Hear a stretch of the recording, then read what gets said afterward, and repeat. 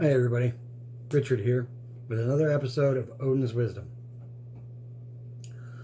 Today we're going to talk about finding your roots. Well, what do I mean by that? You know, there are a lot of different levels that you can find roots on, whether it's family roots, religious roots, practice roots, traditions, somewhat roots. But that's going to be the topic of conversations today. One of the things that is bringing us about is one of the first episodes. In fact, I think it was the first episode of Odin's Wisdom that I talked about how we all have to find our path. Okay? And that even though we're walking on our path, we're not ever alone. The gods are always with us. But today we're going to elaborate on that a little bit in terms of finding a path and in terms of being true to yourself as well as to the gods. So, for me, I've always had a real big struggle with trying to figure out where I belonged or where I was called for or to in terms of my religious beliefs, practices, preferences, and so on. I was raised in a Lutheran household. Around 12, I was exposed to the Quaker religion. I'd have some brief interactions with Jehovah's Witnesses and obviously Christianity being a main one that main world religion, was exposed to it from time to time as well. But it was always a struggle for me to feel that connection, that bond, and to have that undeniable faith in what it was that I was doing.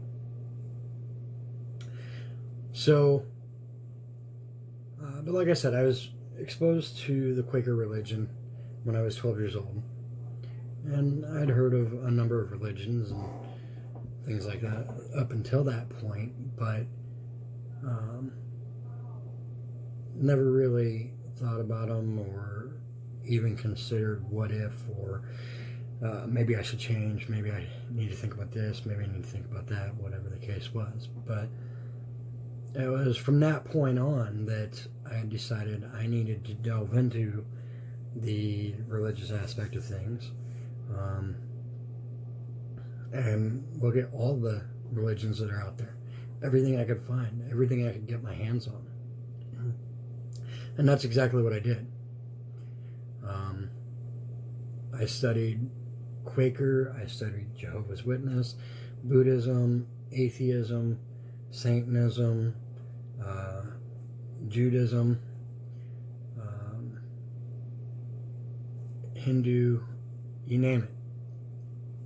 There isn't really too many religions that I haven't studied yet, and that even goes with currently I look into other religions from time to time just to see what's happening or what's not happening.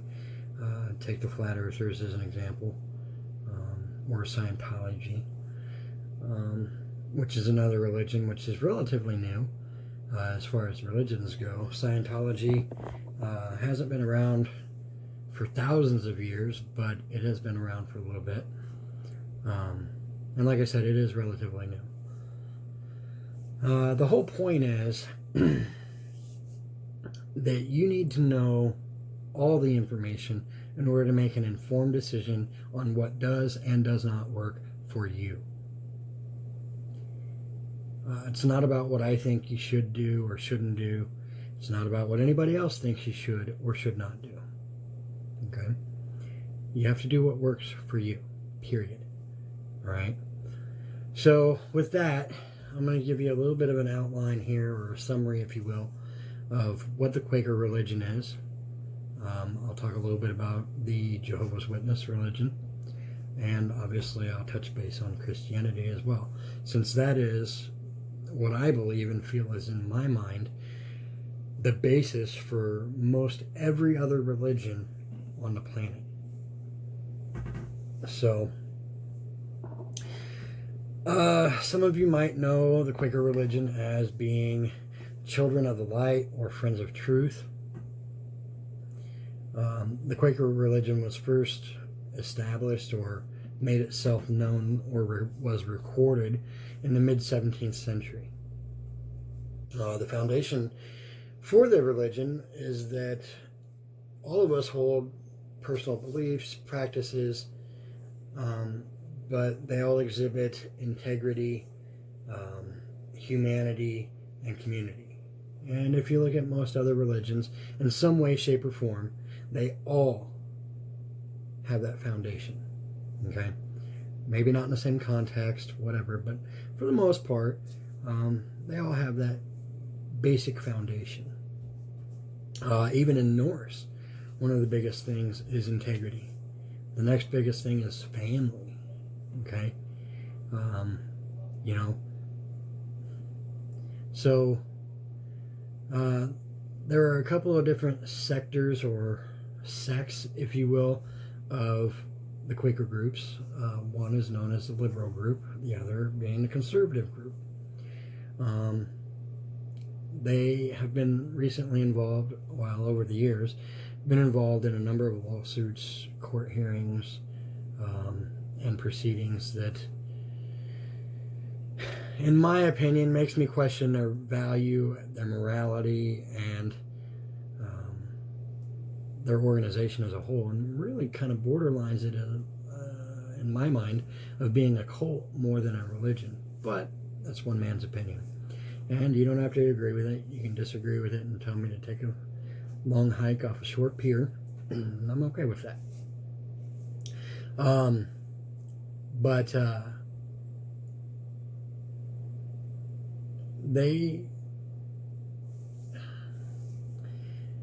yeah. I'm not going to go into details on them because most of what I think comes from third-party sources as being accurate information. Guys, there's a number of websites out there that have information on numerous religions. I mean, you can pretty much just type in a URL and boom, you're going to find what it is you're looking for. Okay? But that being said, one of the sites that you can learn more about the Quaker religion specifically is going to be a site called Learn Religious. So that site has more details and information in it. You can find a link for that in the blog post on the website. You can also find a link for it here in the description below. So let's talk about Jehovah's Witnesses. This group, there has certainly been a bad stigma associated with them. They have faced legal issues and ramifications from around the globe, including more recently a series of hearings in Australia, where Australia is, I believe, they've actually banned the religion of Jehovah's Witness. And you're asking why? Well, it's been brought to many attention that, again, like the Quakers, similar to a cult, and the fact that they kind of have a very strict doctrine of how one will behave, how one will speak, how one will interact with others. And additionally, for things that you and I would consider to be immoral or to have no value of any kind as a human being, they don't go on record as condoning those behaviors, but there's no repercussion for exhibiting those behaviors. What behaviors am I talking about? Well, let's start with child abuse in a number of facets, ranging from physical abuse, mental abuse, even sexual abuse, and religious abuse. Well, what is religious abuse? Religious abuse, in my mind, there was a study I heard about not too long ago where a young man was raised as a Jehovah's Witness. And his father would make him quote verses from the book, the Bible. And if he had gotten it wrong, he was beat for it. He's a young kid. Why should you be beat for not memorizing something?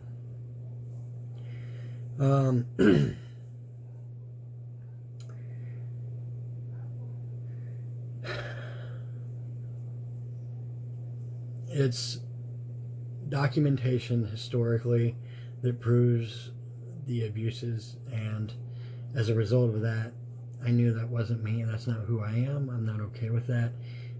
My morals and values certainly exceed that, and therefore I'm not going to go down that road. So now let's talk about Christianity, one of the oldest religions on the planet. Well, documented. Its first documentation really took place around the 1st century.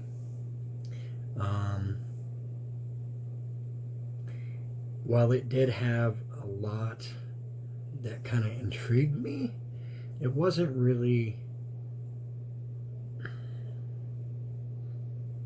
displayed or portrayed, if you will, in a way that I could see myself working it in, and in a way that I could see myself being comfortable with. I wasn't necessarily drawn right into it. So I continued to look. And ultimately, Christianity I'd chosen was not for me. So I did this over about the next 5 to 10 years, trying to figure out what religion it was that suited me. And I finally came to the Norse paganism. I was kind of drawn towards paganism initially, and as I discovered the different sects, whether it was Norse, Wiccan, or any one of the other given facets, green witchery, witchcraft, whatever, that was one of the primary ones that really just, boom, hit me in the face. And I had to know more of. So the reason I talked about the 3 religions in this post was to show that there are a number of belief systems out there, and not all of them are the same, and not all of them are what I would say is right or wrong. I don't feel like I have the authority to determine what is or is not right or wrong. Okay, that is up to the gods and or God, depending on your religion, to help you and judge for that judgment. Okay? If I'm wrong, so be it. It is what it is, but I don't believe I am. And so again, what I can do is inform you of my opinion and beliefs and share them with you. If you agree with them, great.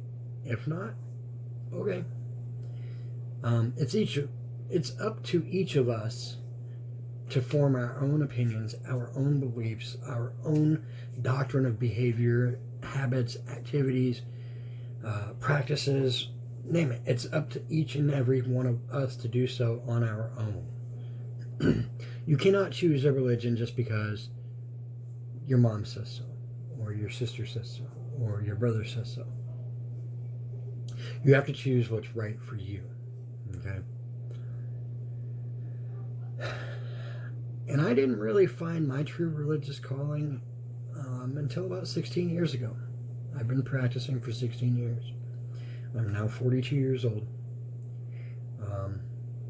I consider myself to be exceptionally lucky and gifted to have found that one thing that really makes me feel complete and whole. And unfortunately, some of us out there never really find that. And that's unfortunate.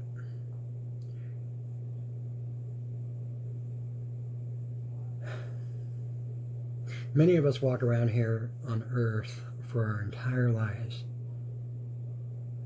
and never find that space of what I call religiously happy. Okay? And so it's because of that that we all need to take the effort to go through and find what it is that makes us religiously happy. Now, I've found a couple of tools out there on the internet in researching for this article.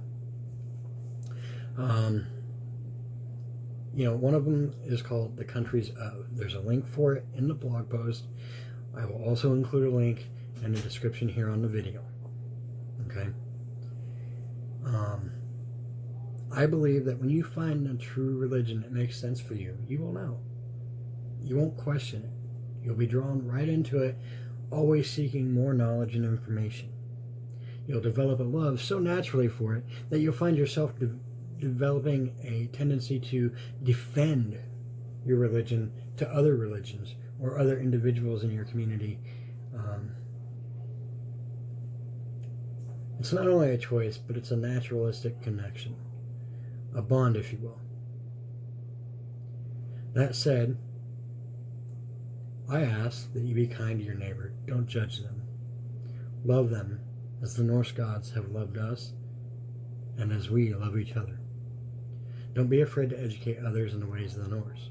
What I also state, make sure you bring your true self when choosing your system of religion and belief. Without truthfulness, you're not only lying to yourself, you're lying to the gods. Guys, if you like this video, please hit the subscribe button up above. Be sure to click the thumbs up down below. Leave a comment. Let me know what you think.